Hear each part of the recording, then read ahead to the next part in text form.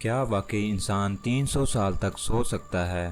اگرچہ قرآن کسی قسم کی سائنسی تصدیق کا محتاج نہیں، لیکن عقل والوں کے لیے خالق کائنات نے ہر دلیل کا بندوبست کر دیا۔ Welcome to AKB TV۔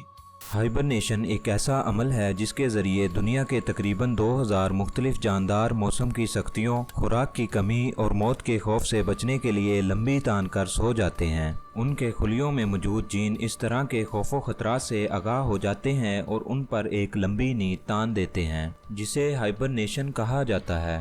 اس عمل کے دوران دل کی دھڑکن تقریباً 95% تک آہستہ ہو جاتی ہے، جسم کا درجہ حرارت کم ہو کر ٹھنڈا ہو جاتا ہے اور جاندار اپنے جسم کی غذائی توانائی پوری کرنے کا بڑا حصہ جسم میں موجود چربی اور مسل سے حاصل کرتے ہیں۔ خوراک یا چربی سے توانائی حاصل کرنے کے اس عمل کو میٹابولزم کہتے ہیں۔ اس طرح کل ملا کر آپ یہ کہہ سکتے ہیں کہ ہائبرنیشن کے دوران کسی زندہ چیز کا میٹابولزم انتہائی سست ہو جاتا ہے۔ ہائبرنیشن کرنے والے جانوروں میں کئی چوہے، چمگادڑ، گلہری، لنگوروں کی کئی نسلیں، کچھ پرندے، سانپ، کیڑے اور کئی ریچھ شامل ہیں۔ سائنسدانوں کا کہنا ہے کہ ہائبرنیشن سے کچھ مہینوں بعد باہر آنے پر جانداروں کو زور کی بھوک لگتی ہے اور ان کا پہلا کام شکار تلاش کرنا ہوتا ہے۔ عام طور پر ہائبرنیشن سردیوں سے بچنے کے لیے ہوتی ہے اور اس موسم میں شکار بھی کم ہو جاتا ہے۔ اسی لیے آج تک سب سے لمبی ہائبرنیشن ایک چمگادڑ کی ہے جو 344 دن یعنی تقریباً 1 سال تک بغیر کھائے پیے سوئی رہی۔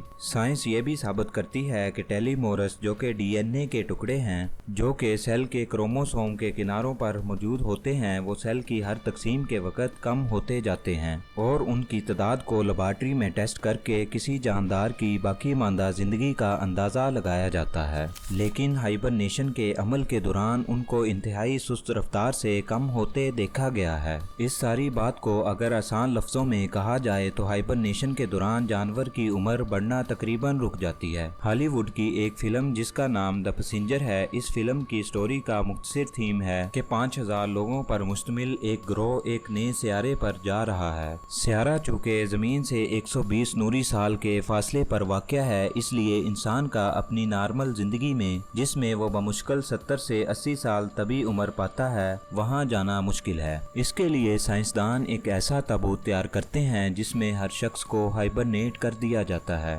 تاکہ اس کی عمر انتہائی درجے کی آہستہ ہو جائے اور یہ 120 سال کا عرصہ گزر جائے اور وہ نئے سیارے پر ایک نئی زندگی کے ساتھ اتریں۔ لیکن ان میں سے ایک شخص کسی خرابی کی وجہ سے جاگ جاتا ہے اور اسے پتہ چلتا ہے کہ ابھی نئے سیارے پر پہنچنے کے لیے 80 سال مزید پڑے ہوئے ہیں، تو یہاں سے فلم اس کے دوبارہ ہائبرنیٹ ہونے کی جدوجہد پر مشتمل ہے۔ سائنس یہ کہتی ہے کہ ہائبرنیشن کے دوران کئی جانداروں کے جسم کے کئی حصے کام کرنا بند کر دیتے ہیں۔ مزید یہ کہ باہر کا درجہ حرارت جیسا بھی ہو، دنیا کی زیادہ تر غاروں کا درجہ حرارت سارا سال مستقل رہتا ہے۔ اصحاب کہف کا پہلا قدم غار تھا، اس کے بعد سو جانا۔ قرآن کا یہ کہنا کہ ان کے کانوں پر نیند کا پردہ ڈال دیا، دراصل ہمارے اندرونی کان کے حصے کی طرف اشارہ ہو سکتا ہے جو کسی بھی غیر معمولی آواز پر چونک کر دماغ کو سگنل بھیجتا ہے اور دماغ ہمیں جگا دیتا ہے، لیکن اصحاب کے معاملے میں وہ حصہ مکمل طور پر رک چکا تھا۔ اگر سورج کی روشنی غار میں پڑتی تو غار کا درجہ حرارت بڑھتا جو اصحاب کو جگا سکتا تھا۔ دوسرا، سورج کی تیز شعاعیں جلد پر پڑنے سے جسم میں فری ریڈیکل مالیکیولز بڑھتے ہیں جو انسان کی عمر بڑھانا شروع کر دیتے ہیں۔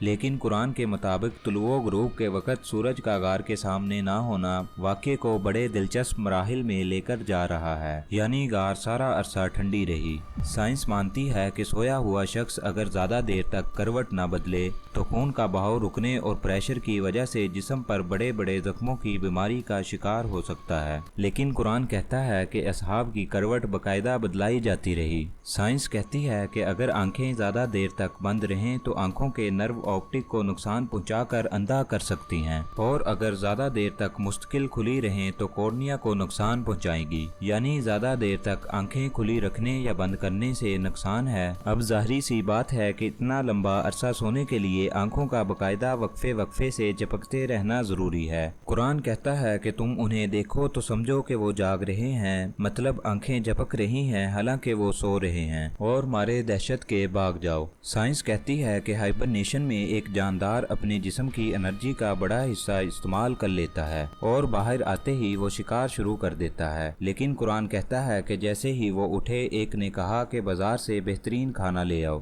قرآن پاک کی اس صورت کے ان چند جملوں کو پرکھنے کے لیے ہم ناسا اور ان دوسرے اداروں کو دعوت دیتے ہیں جو ہائبرنیشن کو خلا میں جانے کے لیے اور کئی مریضوں کو علاج کے لیے استعمال کرنے پر تحقیق کر رہے ہیں کہ آئیں غور کریں اور دیکھیں ایسی کیا وجہ ہے کہ اصحاب کہف اتنا عرصہ سو پائے۔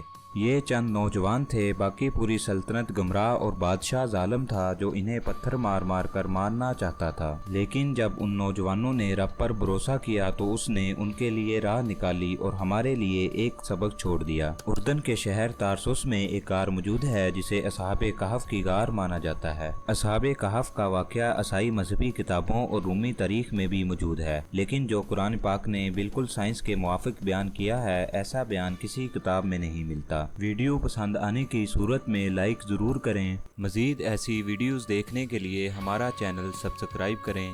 ملتے ہیں ایک نئی ویڈیو کے ساتھ، تب تک کے لیے اللہ حافظ۔